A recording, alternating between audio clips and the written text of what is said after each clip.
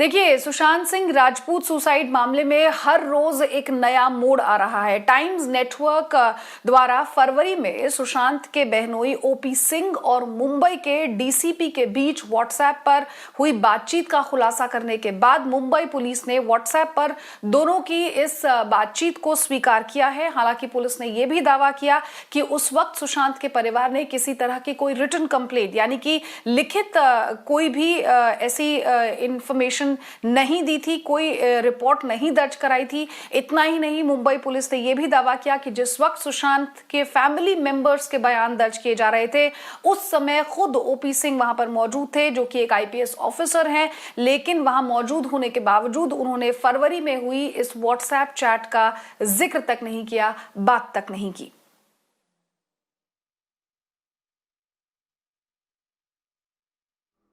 देखिए, वहीं times network के पास सुशांत सिंह राजपूत के बहनोई ओपी सिंह और तत्कालीन मुंबई के डीसीपी के बीच हुई व्हाट्सएप चैट की जानकारी मौजूद है।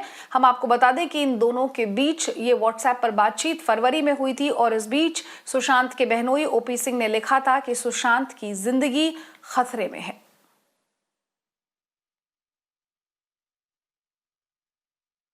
सांतिया मेरे साथ एक बार फिर से पूरी ही बातचीत के लिए यहाँ पर जुड़ गई है। सांतिया, ये पूरा का पूरा मामला उलझता जा रहा है। पुलिस पर तमाम तरह के जो आरोप लग रहे थे पूरी की पूरी इन्वेस्टिगेशन को लेकर, उस पर अब पुलिस ने यहाँ पर क्लैरिटी दे दी है, लेकिन अब भी कई ऐसे सवाल हैं जो अनसुलझे हैं।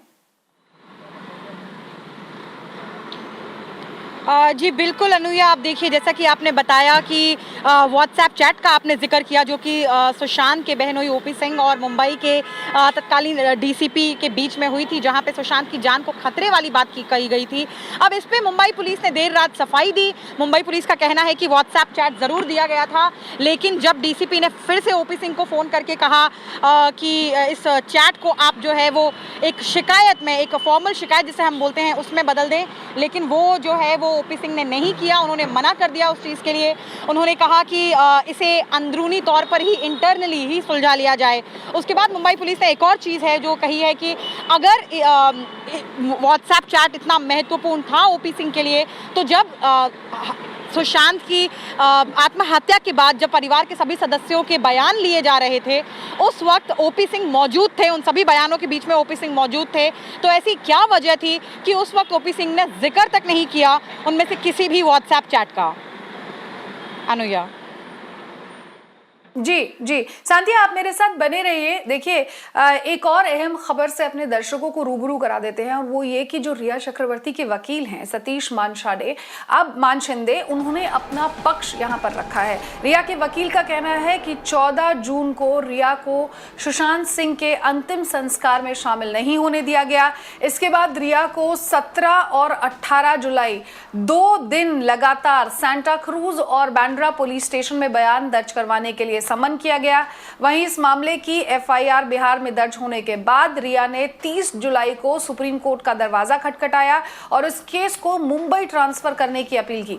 रिया के वकील ने यह भी कहा कि यह केस मुंबई का है और इस मामले में केवल 0 एफआईआर दर्ज की जा सकती है। हम आपको बता दें कि बिहार पुलिस कानूनन किसी भी तरह इस मामले की जांच नहीं कर सकती है, ऐसा भी रिया के वकील ने यहां पर कहा। सांतिया, अगर देखा जाए तो रिया चक्रवर्ती का नाम जहां शुरू से सामने आ रहा था, अब उनके वकील कह रहे हैं कि उन्हें 2 बार यहां पर समन किया गया, अलग अलग पुलिस स्टेशंस में, अंतिम संस्कार में नहीं जाने दिया गया और उसके बाद उन्होंने कोर्ट का दरवाजा खटखटाया।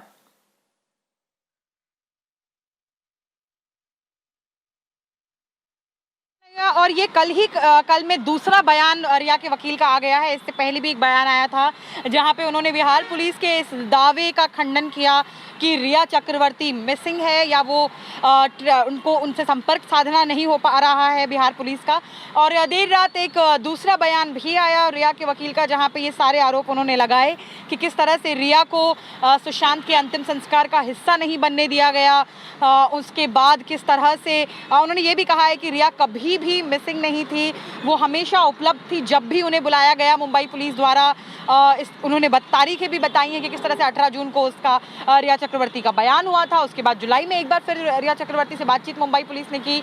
तो जब भी रिया को बुलाया गया, रिया मौजूद थी। उसके बाद फिर से जो पिटिशन फाइल हुई है सुप्रीम कोर्ट में, उसका जिक्र बयानों में अपने किया है रिया के वकील ने कि किस तरह से रिया एक पिटिशन फाइल कर चुकी है सुप्रीम कोर्ट में और मांग की है कि इस मामले को बिहार पुलिस की जो एफआईआर है उसे मुंबई को सौंप दिया जाए। इससे पहले भी रिया सीबीआई जांच की मांग वैसे कर चुकी हैं अमित शाह से, अनुया, और फिलहाल कल के कल जैसा मैंने कहा दूसरा बयान, 2 बार बयान आया रिया के वकील का।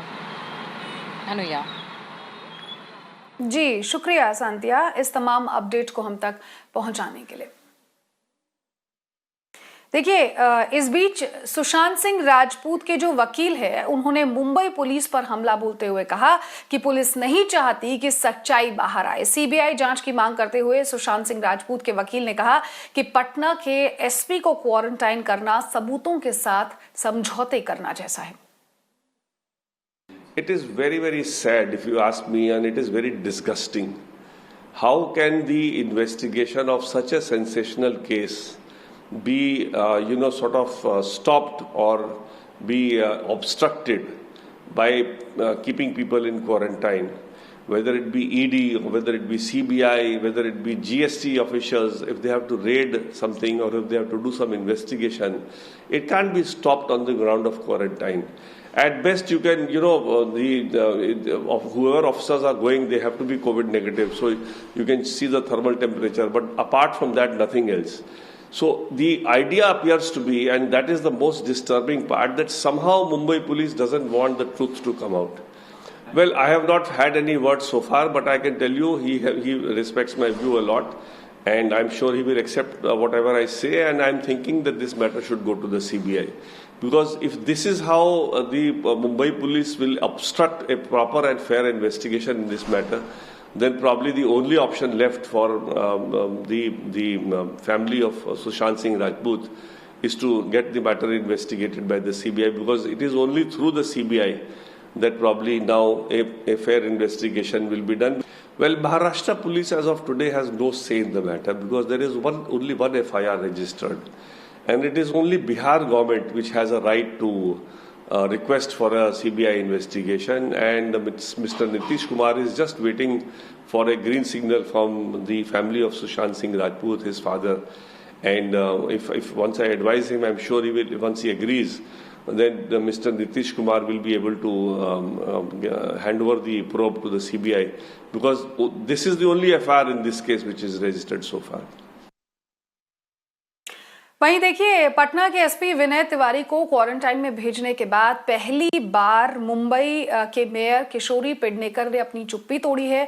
उन्होंने कहा कि केंद्र की जो गाइडलाइंस है वो सभी के लिए एक समान है और विनय तिवारी को जबरदस्ती यहां पर क्वारंटाइन नहीं किया गया है।